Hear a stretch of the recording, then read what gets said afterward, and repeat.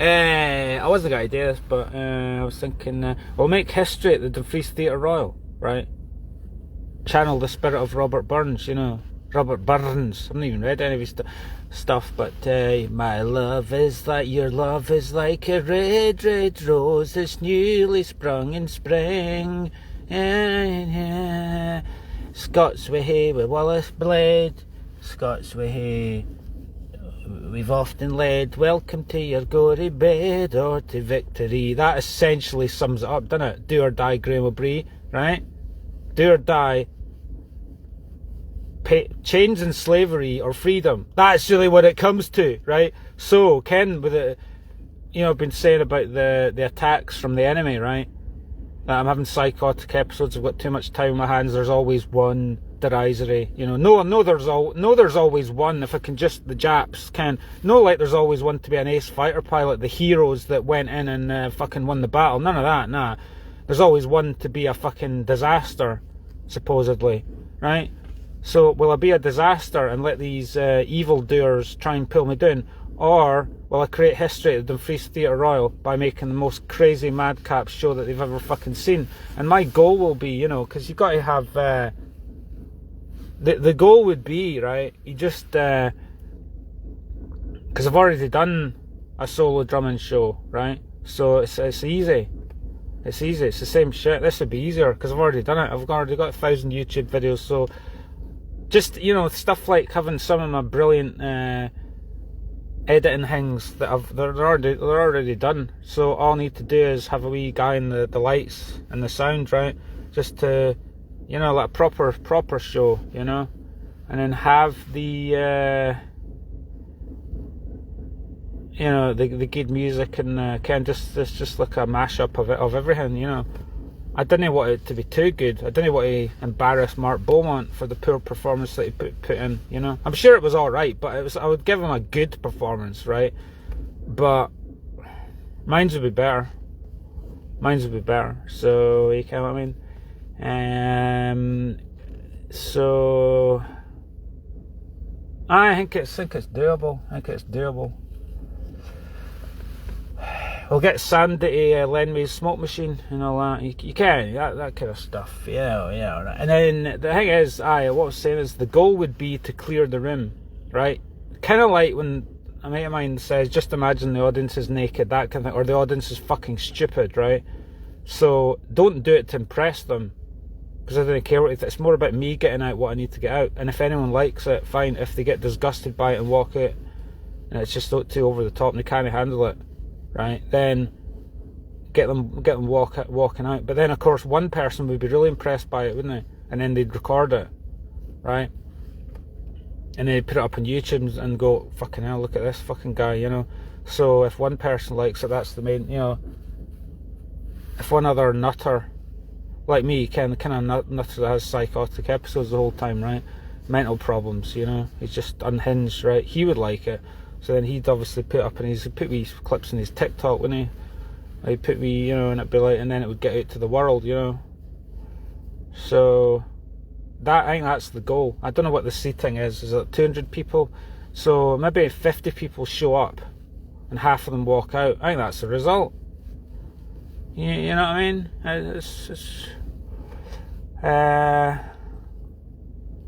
So, you know, because like I say, I'm the David Goggins of Dumfries, so I think it behooves me to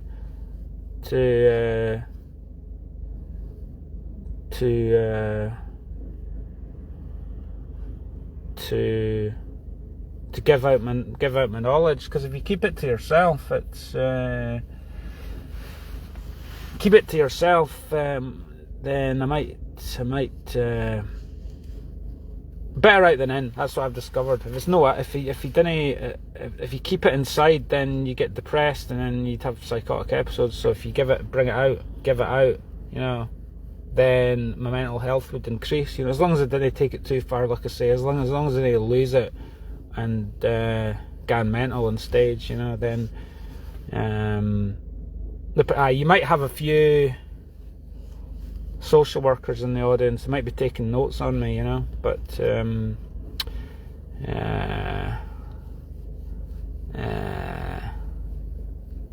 But you know, there might be some other people taking notes in a good way, you know, and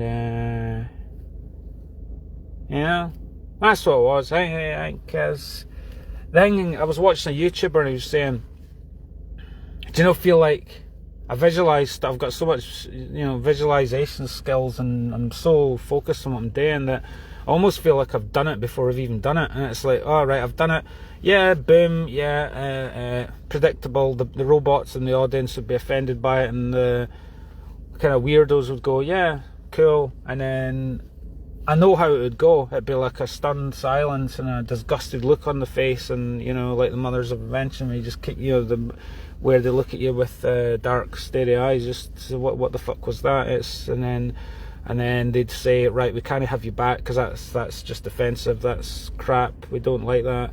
And then they'd say, then the folk that worked there, they would say, did you know we saw Mark Beaumont doing a wee talk 3 months ago? I think you should be more like that. So try harder, Dave, and be as good as that. And then I'm like, the joke's on you because I'm a better cyclist than him. Any questions? You know, that sort of thing.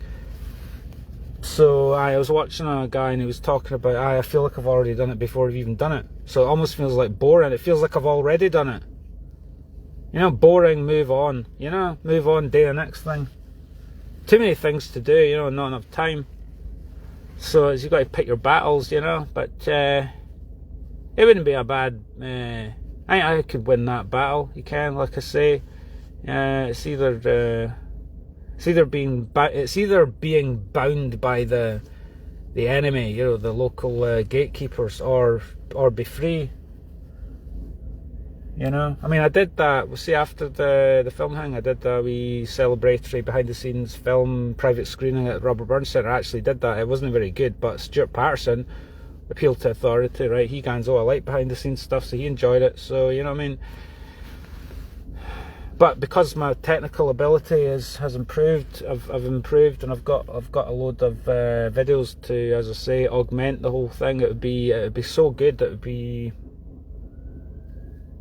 you know, it's sort of like a This Is Your Life, or this is the, you know, a presentation, and this is what's achievements. This is what I've done, and just break into song, and then put on a different costume, and then can have a drum kit there, just play a wee play. Then a song comes on, and I start playing drums along to it, and then the song would be, the theme and variation would be the same thing about the glorious triumphing over adversity, the, you know, the wonder of the human spirit to have triumphed by going from zero to hero. That's the whole theme. So then you just pick your songs and and then you just have the drum kit there to play, so you can play along with a tune, and you could do a drum solo, and you could just sing. You could do a wee kind of person dressed in drag in a crazy Larry outfit doing a wee routine, and then, you know, it's just so many things. It'd just showcasing all my multi-talents, you know, that kind of, I think that would be quite good, kind of motivational talk with all the ridiculous anecdotes and wee stories from this and that, and it'd be a glorious story of one man who's triumphed over the bullshit, you know, that kind of thing. Because it'd be more interesting than David Goggins, because he, as I say, he's good, but he's no as multi-talented as me, you know. So I think the town needs that, you know. It needs a bit of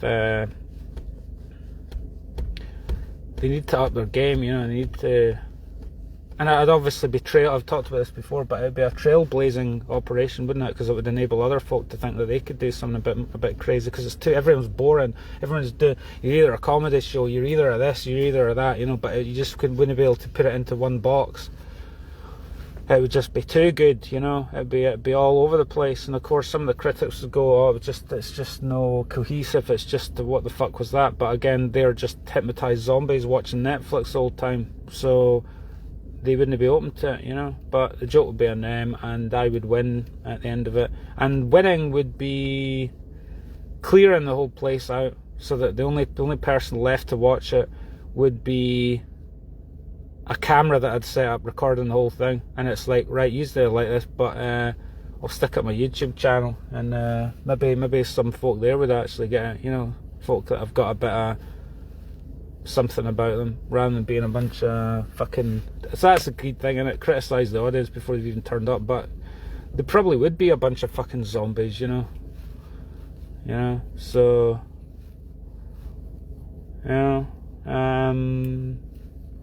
kind of creating good content rather than shite content, you know.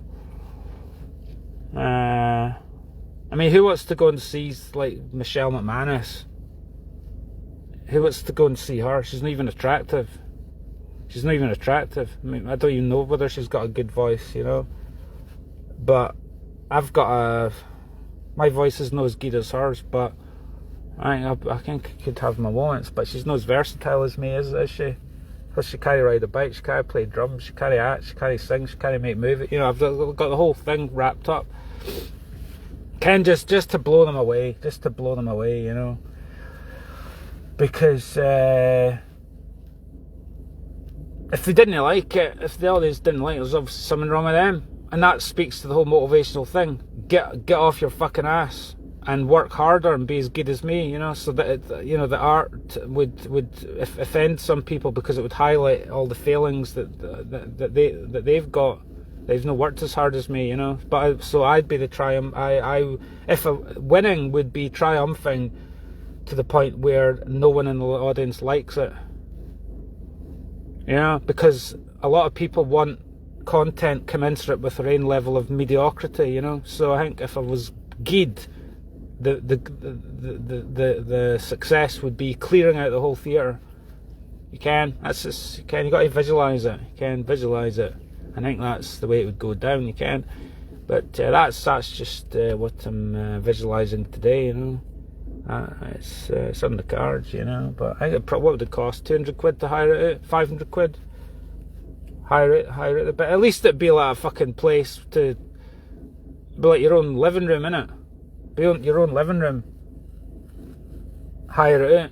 So it's like the good thing about it, what, you know, the little safe space to do your own shit and freedom. It's like when I was at the drag show, right? You know, I turned up at the drag. I got free.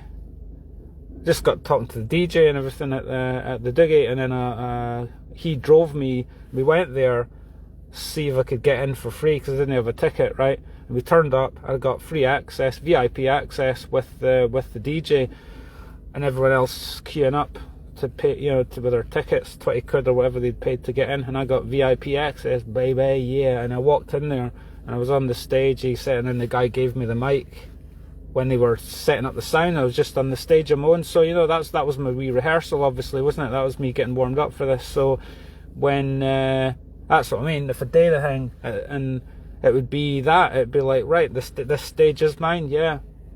None of these can take me off the stage again. It'd be really good. The only people that would have to watch, if nobody turned up, right?